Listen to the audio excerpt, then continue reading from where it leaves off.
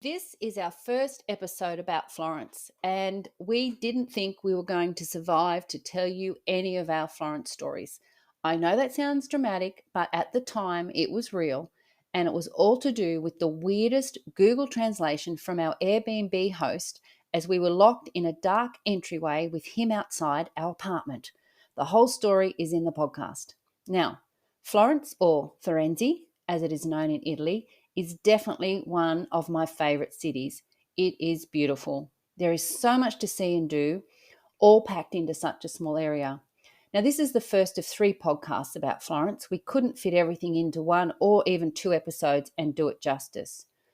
In this episode, though, you will come with us as we walk along for the first time the Arno River and check out the Porte Vecchio, which is the famous old Roman bridge with all the gold and jewellery shops. Pretty special, actually.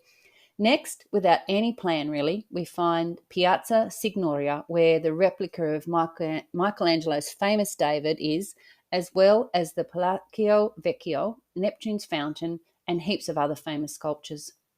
But by far the most amazing thing we saw in our first few days was when we turned a corner and there was the Florence Duomo, the cathedral. Wow. I know I've said that before many times, but this building is so incredible, it just stops you in your tracks. Next, we visit the central food markets, the leather market stall area, walk around the glamorous shopping area, find St. Lorenzo's church where Donatello's last works are, and finish at a dingy little bar that became our local favourite.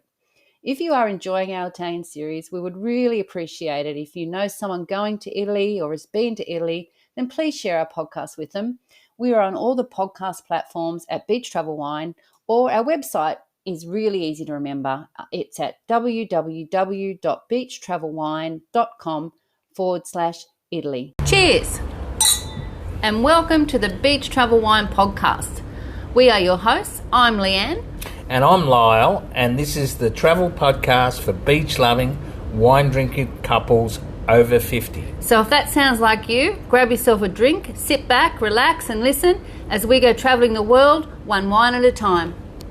Cheers. Buongiorno, Lyle. Ciao, baby. Here we are today back in our podcast studio, and once again I'm excited because we are talking today about Florence. Yeah? Yeah, it's very, very impressive. Very beautiful city. And someone, ages ago told me how beautiful it was and how much I'd love it. So here we are. And so who was that? That was me. It was you. He kept telling me how much I'd love it. I'm like, but he didn't remember any of it really. But anyway, it's it was good. And there's so much to it that we've got to spread the podcast over probably 2 or 3 because there's just so much to include and we don't want to miss anything out. Correct? Yeah, that's true. But there is a funny story about this, about when we first got to Florence. But we got there by train. We left Cinque Terre, and we had train organised before we left Australia. And our Airbnb host said, no, you don't want to do it that way. You're going to be hopping on a train. There's no seats.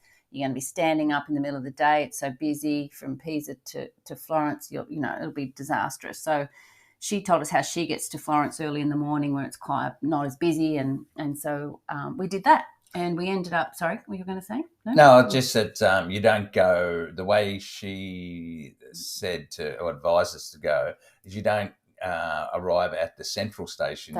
It's one a little bit further out. But yeah, I was just going to say that, yeah. But she, we thought we'd get a taxi. Which wasn't as easy as we thought. However, a young couple offered to share Aussie couple said, to share a taxi with us because they were heading into the city as well. So all well and good, although we did sort of get that apartment that we booked because it was close to the train station, but, doesn't matter. We got to our apartment. Now, we got there early and I had contacted the host of this place previously to say, look, we're going to be arriving around 10:30.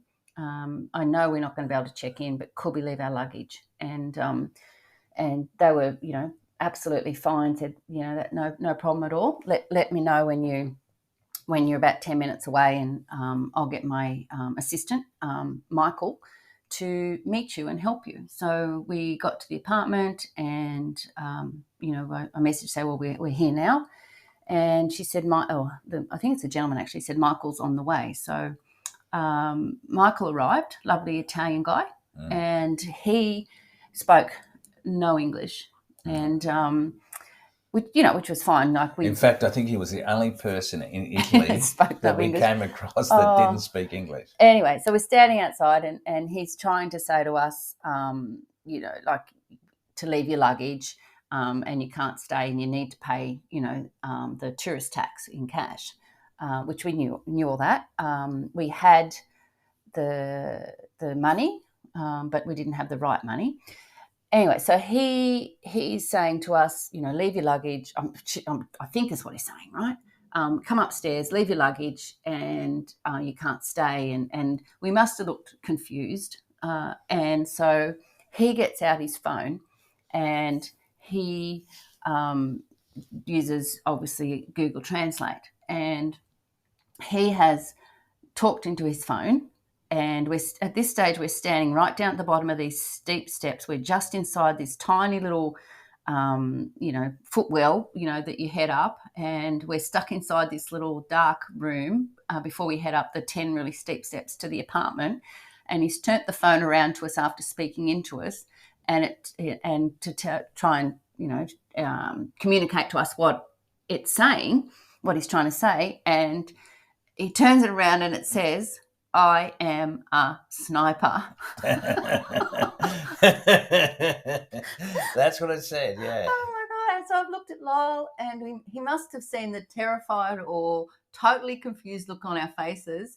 And so he just grabbed my suitcase and, carried it like it was empty up the stairs, opened the door, and, we followed him up, even though we thought he was a sniper. Yeah, well, he told us that he was. Yeah, well, how stupid were we? But anyway. So we left our suitcases, and he didn't have the right change, so he took us around the corner, found this little coffee shop. We ordered a coffee, and we sent him on his way with his money and his rifle safely stowed in his car, I hope. But he was a lovely bloke. He was. Anyway, all right, so that was our story. It was, oh my gosh, that's I still remember the look on the way I felt when he said, "I am a sniper."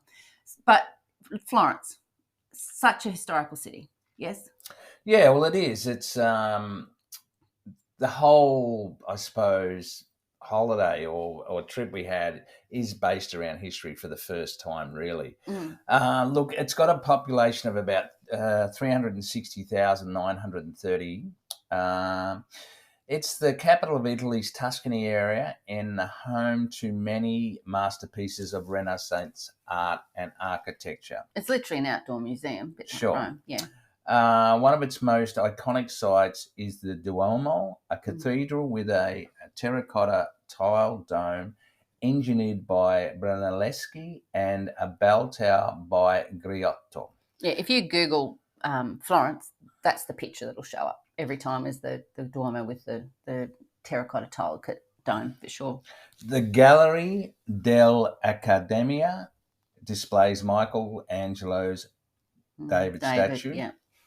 The original one. The Uffizi Gallery exhibits Botticelli's The Birth of Venus and Leonardo da Vinci's Annunciation. Florence was the centre of medieval European trade and finance and one of the wealthiest cities of that era.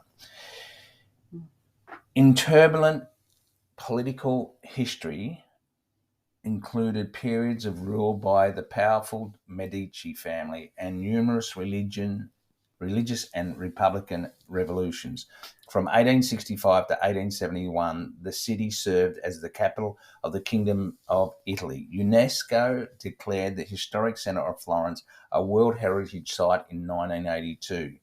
Due to Florence's artistic and architectural heritage, Forbes ranked it the most beautiful city in the world in 2010. That's a big call, right? Well, it is. It originated as a Roman city and later, after a long period, as a flourishing trading and banking medieval commune. It was the birthplace of the Italian Renaissance. So lots of art. It was politically, economically, and culturally one of the most important cities in Europe and the world from 14th to the 16th century. Wow. The Medici reigned as Grand Dukes of Tuscany, starting with Cosimo I de' Medici in 1569 and ending with the death of Grand Castone de' Medici in 1737. So you can't go anywhere in Florence, in any of these historical places, without there being something to do with the Medicis, right? Sure. Well, the fact that the Medicis were bankers to the Pope, or as some people to God, also contributed to their ascendancy. And they say that one of the things that the Medicis did is they used to collect 10% of the salaries of the workers for the church. So they would have been getting a cut out of that as well. Yeah. In 1512, the Medici network, in 1512, the Medici retook control of Florence with the help of the Spanish and papal troops, led by two cousins, Giovanni and Guglielmo de' Medici. Both later became popes of the Catholic Church. Wow. Now, so, again, you're seeing all the way through it is the influence that they had. They also had two of the ladies in the family were actually queens of France. So now Florence officially became a monarchy in 1531 when Emperor Charles and Pope Clement named Alessandro de' Medici as Duke of the Florentine Republic. So big history there. Yeah, big history. But you've got to... Well, the Medicis too, and we'll talk about this, in this podcast and coming on Florence, on the other episodes on Florence. They commissioned all sorts of art and collected all sorts of art, and Florence is the art capital because of the Medicis, really, I think. I think they had a huge influence on all of that, but we'll get to that as well. So that's, as you did mention there, that Florence is the capital of Tuscany. And I don't know why I didn't know that. Maybe because I haven't been to Italy before. But we did do a episode 60 all about our stay in. We had a couple of nights in a castle in Tuscany, which is worth absolutely going to. But a lot of people do day tours to Tuscany from Florence. So it's possible just to go out into the wine region because it's right there in the centre of the beautiful Tuscan wine region. Yeah. Sure. Yeah. And once again, there's another place we went to where you could see the rolling hills of the vineyards just actually from the city itself. So, okay, so we then decided probably the best thing to do was to find a tour information centre. Correct. And luckily there was one around the corner near the train station. Yeah. And the lady there, how nice was she? She was beautiful. Yeah. Really, really beautiful. Nice. Well, beautifully nice. Yeah. Beautifully she nice. looked all right too.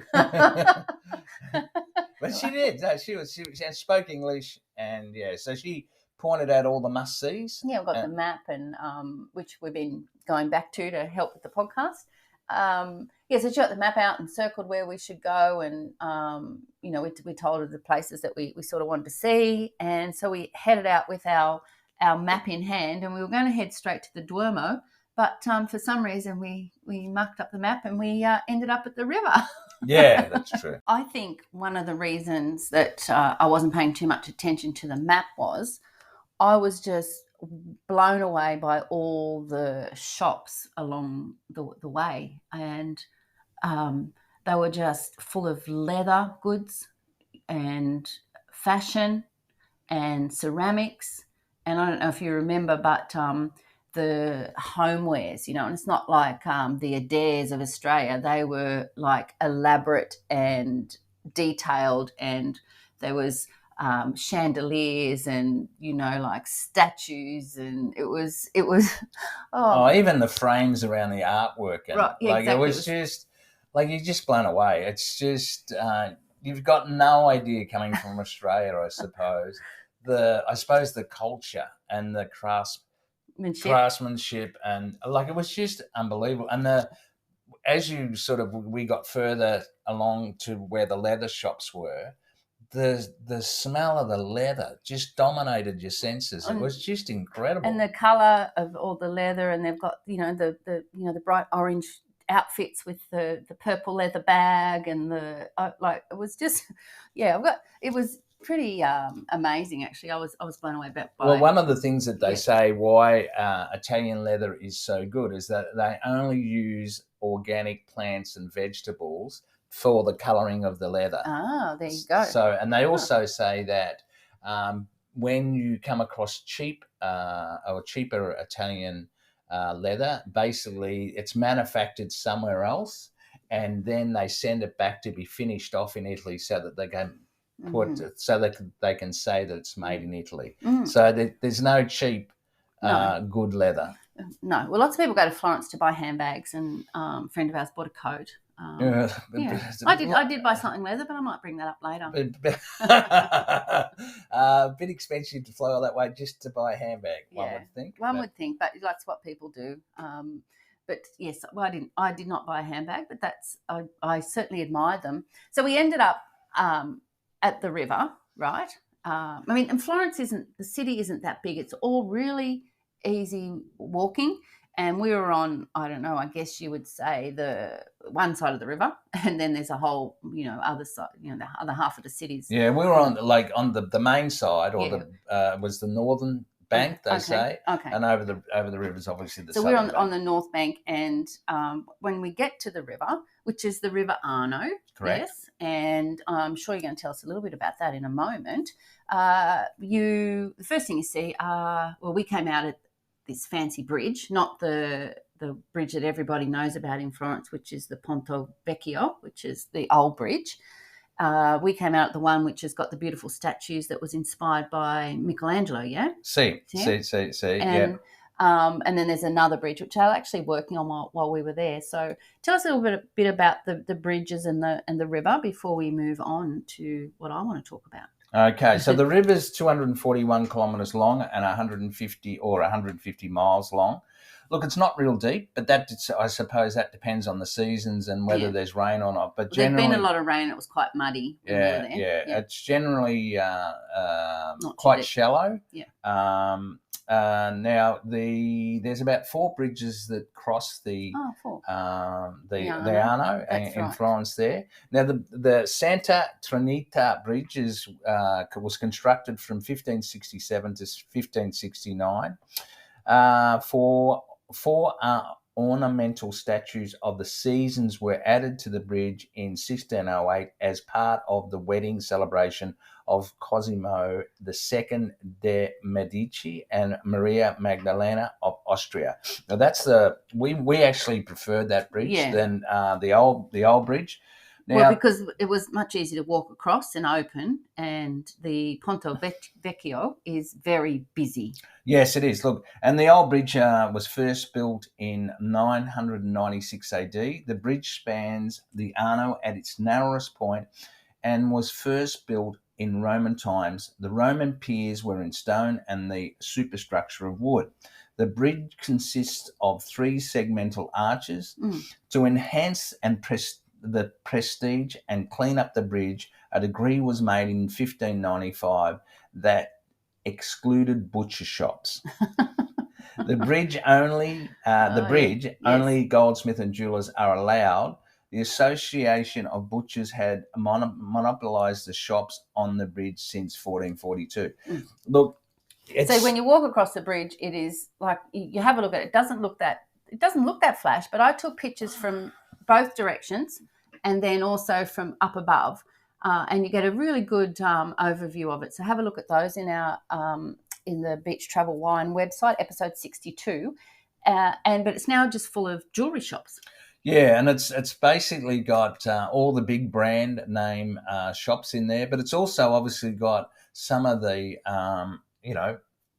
family-owned shops that go back centuries. And seriously, you've got no idea how absolutely beautiful it is. It's just it blows your mind. But the thing is, the bridge itself is super, super busy. Sure, it is.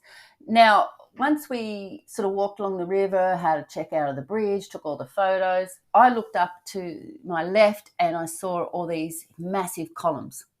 And I'm like, well, we better go up there and check out what's happening up there. And it turned out it was the Uffizi courtyard, yeah? Yeah. Yeah. Now, we will tell you about the Uffizi gallery in another episode, but you walk through it. It's pretty impressive, the Uffizi courtyard, and you end up in this amazing plaza or piazza full of artwork and statues, even the replica of David, right? Sure. It's the located near the Palazzo Vecchio and the Piazza del Duomo, and the gateway of the Uffizi Gallery is the Piazza della Signoria.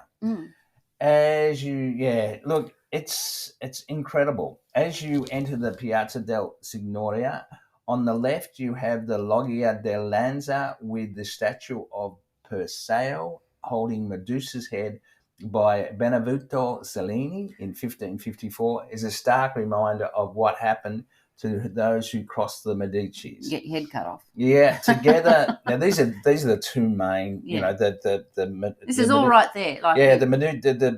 The two main ones are the Medici statue, together with Guillaume Bologne's Rape of the Sabines. These are the two most beautiful sculptures found under the arches. The Rape of Sabines women was an incident in Roman mythology in which the men of Rome committed a mass abduction of women from other cities in the region. On the right, you see a giant copy of Michelangelo's statue of David. It's almost pretty good replica, I have to say. Well, yeah, but you were pretty impressed by the real one. Oh, yeah. Next to that, there's a fountain of Neptune. Yep. And according to legend, Pope Pius IV was a little bit concerned about Neptune's manliness, and the Pope actually ordered that the genitals be made smaller. So that's a little bit of a classic. And, of course, this is all at the front of the facade of the palace. Yeah, the Palazzo Vecchio. Now, that was the original palace of the Medicis. Yeah. Medicis. So when they moved to the Pitti Palace, which we'll talk about later, that's when it was named the Old Palace. Yeah, it's a museum now that you can go in and walk through. Yeah, and close by you've got the statue, the equestrian statue, a monument of Cosimo the First. When we were there, it was a little bit disappointing, wasn't it, honey? Well, they were doing them up, so that's okay. They need to do that from time to time. Yeah, he was off the horse. Yes, yeah. Yeah, so...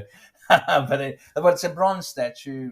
You still get to see all the bronze. You could see it. It just wasn't him on top of the horse. So another statue, Marzocco, by Donatello, depicts the heraldic lion and pays tribute to the city of Florence by symbolising the Florentines' bravery and stateliness and nobility. Look, all these statues, they're all symbols. They're all designed to be symbols. And then finally, the statue of Hercules and Cassus in marble to the right of the entrance of the Palazzo Vecchio.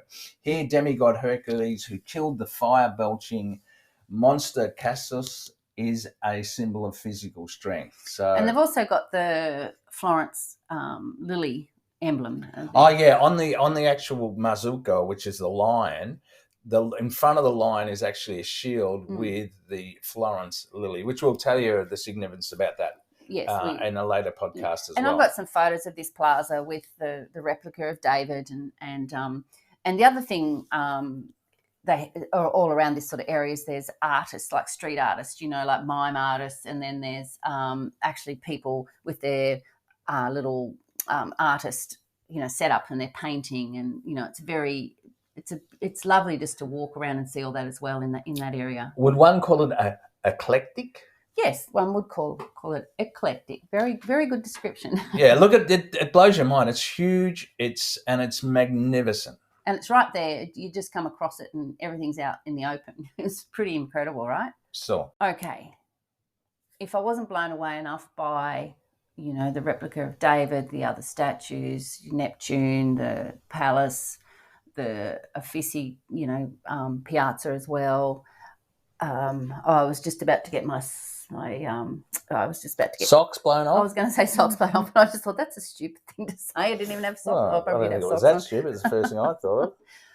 But what we did then is we decided we would then, because we missed it the first time, we were going to go to the Duomo. And I don't know how you can miss it because it's the most dominant feature of Florence. So we are walking. It's pretty close to this to the palace, and so we're walking through the beautiful streets again. They're full of beautiful shops and cafes and restaurants, and you just sort of mesmerised, taking everything in, and there's all the facades of the shops and little statues. They've got the high end brands. They've got the Pradas, everything next to tourist shops and the ceramic shops, and you could wander around for days looking at it. Next thing you know, you come around the corner, and this is how I describe it. I felt like I'd been slapped in the face by the Duomo. It is the most impressive basilica church Duomo I've seen, and we've seen a lot. It was just, I don't know. I'm like, that can't be real. It was amazing, and it's huge, and then there's the baptistry right there in front of it as well, which is decorated the same. So I think the thing is, the pattern on the outside of it is it's so geometrical, and it's pink, mesmerising, right? It's pink and green and white. It's marble. I was like, what? Like I honestly was speechless. It was stunning, and as you can see by the photos in Beach Travel Wine episode 62, go and have a look. I took so many of every angle I could. It was just, and like obviously you've got some information about it because I just can't even describe how beautiful it was. I think the two main elements of it is the size of it and also how beautiful it is. Well, everyone goes on about the dome, which is impressive itself, but I didn't even see that to begin with. Well, the cathedral complex includes the baptistry and Giotti's campanile, which is the clock tower. The bell tower. Bell tower, sorry. And the baptistry is just like a separate building where people got baptised, obviously. Yeah, absolutely. Okay. Yep. Now, the size, it's 153 metres long. Right. Or 500 feet. Its width is 90 metres. Yeah. Or 300 feet, and the height is 114.5 metres, which is 376 feet. It is huge. Yeah. Until the development of new structural material in the modern era, the dome was the largest in the world. It remains the largest brick dome ever constructed. The exterior of the basilica is faced with polychrome marble panels in various shades of green and pink, bordered by white, and has an elaborate 19th century Gothic revival facade by Emilio de Fabri. So he's just described what I first saw, and I loved it. And one of the reasons we went there was because we were going to do a tour of the inside the next day, and I, like I always do, I always want to find where the meeting place is. Early, don't I? Yes. You don't like being late.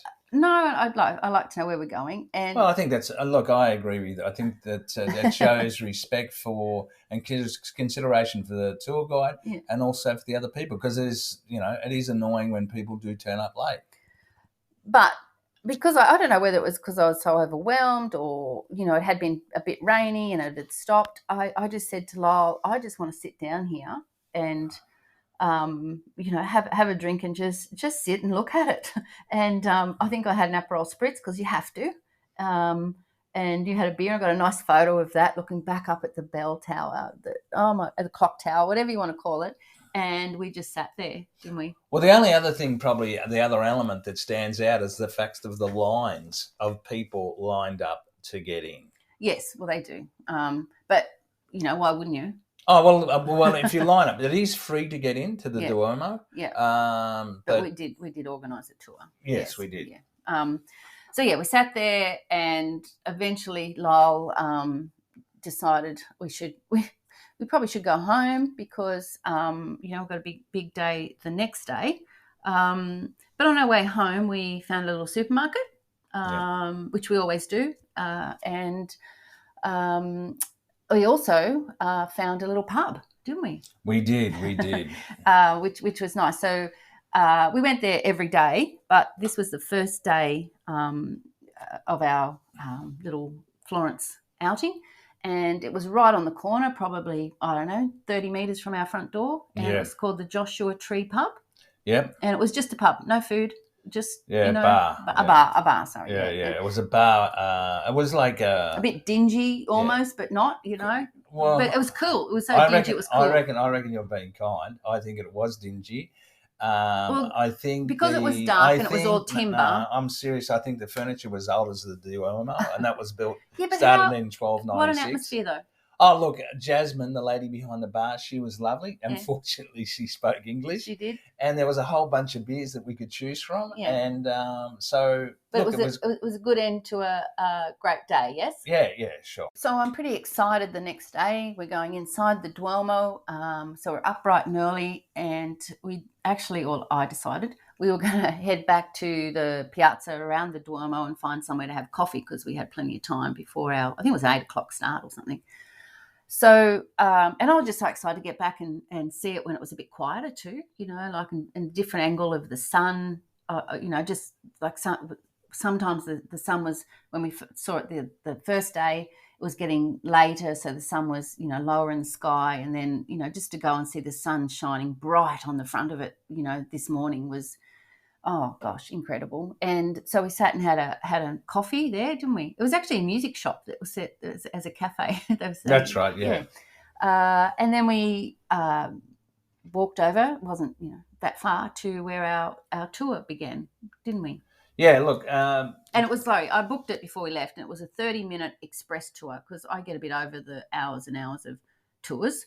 And I thought 30 minutes would be, enough for me and enough for Lyle to get his history hit, yeah? Yeah, and it was a skip the line tour, yes, obviously. Skip the line, yeah. The cathedral itself is free, although to climb the dome, you must buy a ticket. When you buy the ticket, you gain access to the crypt, the baptistry, and the campanelli. Adults from 11 years old start from €25. Highly recommend you do the Skip the Line tour. All the free lines seem to go forever. You must cover your shoulders and knees to enter the Duomo. Yep. Yep, Duomo. I still always keep on getting that wrong. The only way to see inside of the dome up close and enjoy the extraordinary views of Florence is to climb its 463 steps. There are no elevators. So obviously, we didn't do that. No, but I still managed to get up and close to it, right underneath it, and get some beautiful photos. So check those out in episode 62. They're really beautiful. So along with all that photos of the outside, I got some really nice ones inside as well. I have to say, like, having that Skip the Line ticket, there's like lines of hundreds of people waiting to get into the front of the church, and we just walk across with our guide through the line, like the line parted for us, straight up the stairs through the side entrance, and in we go. Remember? Yeah. Look, I was surprised it was so easy, but I don't understand why people don't book a tour because it's free to get in. Yeah, only because it's free, and like the weather had at this point in time had started to get quite warm from when we started in Venice in cold and wet to now it was beautiful, bright sunshine. But you're waiting out in the sun. It is what it is. But the lady that we met, our tour guide, we met her outside the Misericordia de Firenze Museum. Yes, which is like an ambulance sort of group. It's a little bit more than that. Yes. But they were like ambulances out the front, like modern ones. Okay, so we actually did the. Do we want to do the tour first? Sure. Well, we met there, and we also knew as part of our ticket we could go back, and they have like a little museum of the Misericordia. Yeah. Yep. Right. But first we went into the Duomo, and it was It wasn't as elaborate as some churches I've been into, but it was elegant in its simplicity, I thought. You know, it had some stunning artwork on the wall. The painting and the story of the painting on the dome was fascinating as well. And the marble floor, oh my gosh, how beautiful was that? Remember? Sure. Yeah, yeah. So our guide, gave us all the information about who did what, and especially the dome. There was a bit of a bitch fight about that, wasn't there? There was. It was actually quite interesting. Look, it was begun in 1296 in the Gothic style and was structurally completed by 1436 with a dome engineered by Filippo Brunelleschi. Now, what Leanne's talking about is in 1418, the Wool Guild of Florence announced an architectural design competition for erecting Neri's dome. The two main competitors were two master goldsmiths, Lorenzo Ghiberti and Filippo Brunelleschi. Ghiberti had been a winner of a competition for a pair of bronze doors for the baptistry in 1401. Oh, and I've got a nice picky of them too. And yeah, that's on the, and it is, it's unbelievable. It's beautiful. Brunelleschi, however, won and received the commission. Now, the thing was, Ghiberti was appointed assistant, drew a salary equal to Brunelleschi, was promised equal credit, although he spent most of his time on other projects. When Brunelleschi became ill, or feigned illness... I reckon he got the shits. Yeah, pretty much. It's about the dummy. The project was briefly in the hands of Ghiberti, but soon Ghiberti had to admit that the project was beyond him. So obviously, Brunelleschi's come back Sussed in him and come in. Yeah. But it's not the first time that we came across the tours telling us Brunelleschi had a bit of an attitude. He did. Because he had a bit of a running with Donatello too at San Lorenzo Cathedral. So work on the dome began in 1420 and finished in 1436. Inside the dome, you'll see the high altar. Inside the Duomo, you'll see the high altar, a large fresco of the Last Judgment on the dome, yeah. Stained glass windows, and they've got the Lily of Florence in that. Yeah. And frescoes and paintings. The interior height of the dome is 100 metres. It is a symbol of the wealth and power of the Tuscan capital during the 13th and 14th century. Look, the height of the dome is mind-blowing. It is. It's just... And I remember also her telling us that the Medici family had a lot to do with the interior, like that marble floor. Yeah. They decided that they wanted, one of the Medici women decided that she wanted to upgrade the floor, and she did a great job.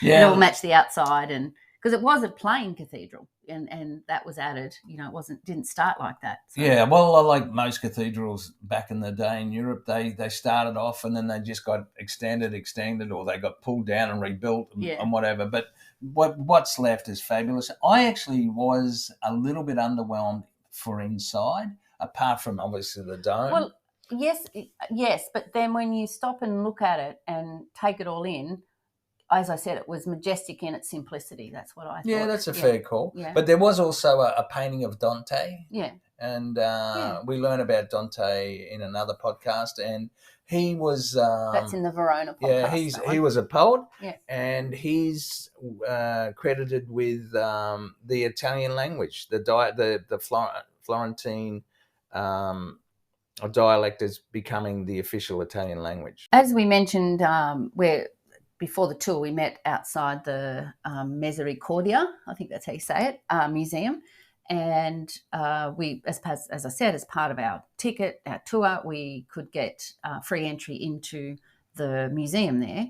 And the museum actually has a fair bit of artwork, doesn't it? But, I mean, the main reason I went back is because you're on the second, third floor, I think, and they had big windows overlooking the Duomo, which, as you have already heard, I'm a huge fan. That's why I went. But you actually quite enjoyed walking around looking at the some of the history and stuff about it, didn't you? Yeah, on the background story too is pretty impressive. The confraternity of the Misericordia was found around 1240 for the purpose of assisting the ill and the imprisoned and the burying the dead. So there's a picture of the Duomo as it's plain, the colour, like it without the facade on it, and that was done. And it's got the people Misericordia because there was the big plague. Yeah, right? Well, that's part of the reason why it came about. Yeah. So, probably the main reason. So this is basically a charity organisation. Yes. And it still operates today. Yes, because they've got the modern, vans out the front. Yes. Yeah. So it's totally volunteer. Yeah. Volunteer. The actual museum, a rich exhibition that contains about 80 pieces, many of which have been specially restored, including manuscripts, paintings, coats of arms, furnishings, and artifacts of Florentine craftsmanship. And there's actually like the original one of the carts, with that they used to pull the sick people on inside it as well. Yeah. Look, it's impressive, and I just think that no one else. As I understand it, it has spread throughout Italy.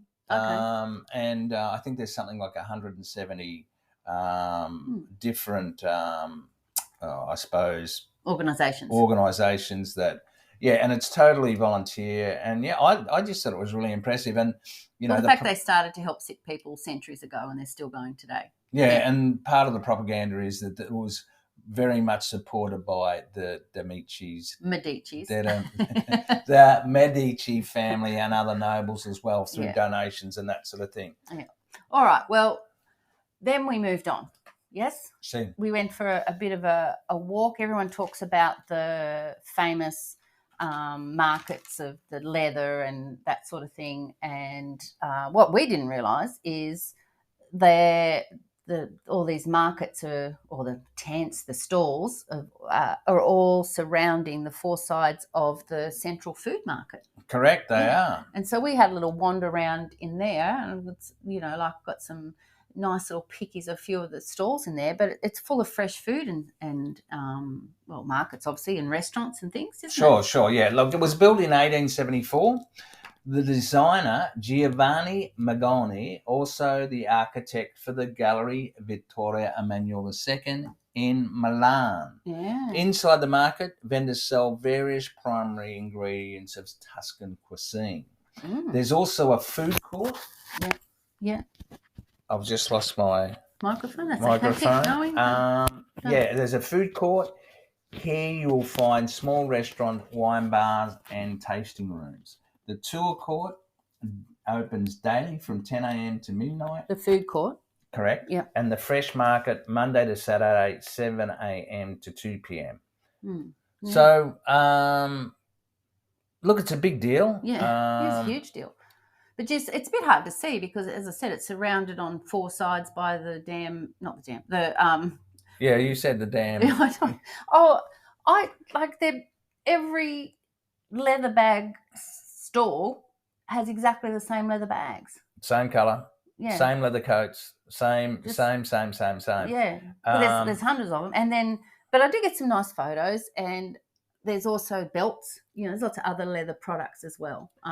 But yeah, it's impressive to walk around and see it all for sure. But the other thing is, you think I wouldn't mind having a look. You're not even interested in buying, but you're probably interested in having a look at how much it is, and then the shop owners or stall owners, they just want to sell you stuff. So it's not even. It's almost like they attack you. The worst thing you can do is stop and have a look because then. But look. But if you're after a bag. Okay. I got to say though, and I have no evidence to back this statement up, I'm not sure the quality of the leather in those stalls would be as good as those in shops. Well, now it's probably time because I know everyone's been sitting waiting to hear exactly what leather product I bought myself. I think. And it wasn't from one of those. It was no expense spared. It was from a little leather shop with had other sort of tourist things in it as well, souvenirs. And I like to buy myself something when we go away that I can use. And so I bought myself a glasses case. It's purple, which is like the colour of Florence, and it has a little embossed Firenze, which is how the Italians pronounce Florence, Firenze, lily on it, isn't it? That's correct. And it says made in Italy, so it probably has that cheap ass leather that's been made somewhere else and come back and they've put it together. But I love it. That's my little every day, 700 times a day when I get my glasses out of my glasses case. I remember my little trip to Florence and my little leather purchase. And didn't you get something else? I did, but I wasn't going to mention that now. That's okay, but I will. Okay, so I have a Pandora bracelet that somebody that loves me very much bought me, and I have been buying little charms at places that we go and places that I really love. So we'd been to several places in Italy that I hadn't bought any at this stage, but I just felt I don't know, I just felt I needed to have a Florence or Firenze charm, and I bought the one that has the Firenze lily on it. And it's still one of my favourites. It's beautiful, yeah? Well, the lily of Florence was chosen during the Middle Ages as a symbol of purity, the perfect flower for the Virgin Mary. So there you go. Thank you, darling. As you come out of one of the sort of streets around the markets, we came across another sort of plaza area. It wasn't that busy, but there's restaurants and stuff, and we looked over, and it was another, like it was quite big. The outside of it, another basilica. Yeah, it was called the San Lorenzo Basilica. But it was plain as plain, wasn't it? Yeah, it was quite austere from the outside. Yeah, big word. Yeah, well, it's not. It's got 1, 2, 3. No, anyway, look, it's situated in the centre of the main market district. Yeah. It was the burial place of all principal members of the Medici family. And can I just say, we had to pay to get into this one. Yeah. But it was getting quite warm, and it was really cool inside. So I thought it'd be a nice way for me just to get a few photos, and you could, do your Catholic thing and have a look around and, do all the stuff that you need to do. And once again, they had to have your shoulders and knees covered. Yeah, in fact, they gave you a scarf, didn't they? Yeah. So, because we didn't actually intend to. No, we didn't. To go there. Anyway, look, it's open every day except Sunday from 10 till 5. The tour cost €9, including audio. Look. Well, the audio is via an app on your phone. Yeah, that's So correct. you've got to download the app. Yeah. Yep. Well, once you get that, it's pretty easy. Yeah. Look, it was the parish church of the Medici family. Filippo Brunelleschi and Michelangelo were the architects. The old sacristy by Brunelleschi having interior decorated by Donatello. So when you say the old sacristy, what does that mean? Well, the sacristy is where the priest or the archbishop or the cardinal would prepare to go for the mass. Okay, so it was decorated. Yeah. Okay. Yeah. Okay. So, and did you see that? I don't know. Yeah. Sure. Yeah, oh, that's the room that we went into. Yeah. Yes. Okay. Yes. Lorenzo de Medici is buried in a simple tomb. Lorenzo de Medici is buried in a simple tomb in the new sacristy designed by Michelangelo. Okay, so the new one. Okay. So Donatello, which was basically his last works, were the two pulpits. There's the Passion pulpit and also the Resurrection. Now, I got photos. Resurrection pulpit. These are up on marble poles, 4 poles each. Correct. And they're like these big wooden. I thought they were tombs, but they're pulpits. Yes. Yep. And the decoration on them, it's dark timber. The decoration on them. Well, it's actually bronze relief. Oh, okay. Look, okay. But fair. That makes more sense. They just look. They're just wow. No, well, again, this is where we talked about Brunelleschi being a little bit hard to get along with. He actually wasn't happy with the design of the pulpits. He thought they were way, way over the top. Well, I forget that. But they were Donatello's last works, you said. Correct. Yeah, one of the very, very famous Ninja Turtles. It does sound like we're talking about the Ninja Turtles. It says Michelangelo, however you want to say it, and Leonardo da Vinci and who was the other? Raphael. And we will get to Raphael. Yeah. So now the probably the most famous artworks were by Filippo Lippi. The Annunciation and the Story of the Life of St. Nicholas. And that's all on one big wall, isn't it? Yeah. Look, it's inside. The interior to me was so much more impressive than the Duomo. The Duomo. Duomo, yeah.